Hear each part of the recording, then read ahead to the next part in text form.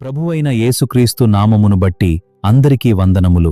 ఈరోజు దేవుని వాగ్దానం. ప్రసంగి 4 జ్ఞానులమని ప్రలాపించువారి ఇంటి మీద నుండును, అయితే బుద్ధిహీనుల తలంపు సంతోషించువారి మధ్య నుండును. ఈ వాక్యం మనకు ఒక గొప్ప ఆత్మీయ సత్యాన్ని నేర్పిస్తుంది. జ్ఞానవంతుడు జీవితంలోని కష్టాలు, పరీక్షలు మరియు వాటి ద్వారా నేర్చుకోవాల్సిన పాఠాల గురించి ఆలోచిస్తాడు. ఎందుకంటే కష్టాలు మనలను దేవునికి మరింత దగ్గర చేస్తాయి మరియు మన విశ్వాసాన్ని బలపరుస్తాయి. కాని బుద్ధిహీనుడు కేవలం వినోదం, తాత్కాలిక సంతోషాలు మరియు లోక విషయాల మీద మాత్రమే దృష్టి పెడతాడు. అతడు జీవితంలోని ముఖ్యమైన ఆత్మీయ సత్యాలను గ్రహించలేడు. దేవుడు మనలను కేవలం ఆనందం కోసం జీవించమని కాదు, జ్ఞానంతో జీవించమని పిలుస్తున్నాడు.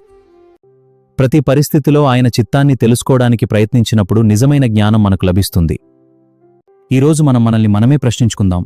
నేను దేవుని జ్ఞానాన్ని వెదుకుతున్నానా, లేక తాత్కాలిక సంతోషాల వెంట పరిగెడుతున్నానా? మీ జీవితంలో ఎక్కువ స్థానం ఏది పొందుతోంది? దేవుని జ్ఞానమా, లేక లోకపు తాత్కాలికాలా? మీ ఆలోచనను కామెంట్లో పంచుకోండి.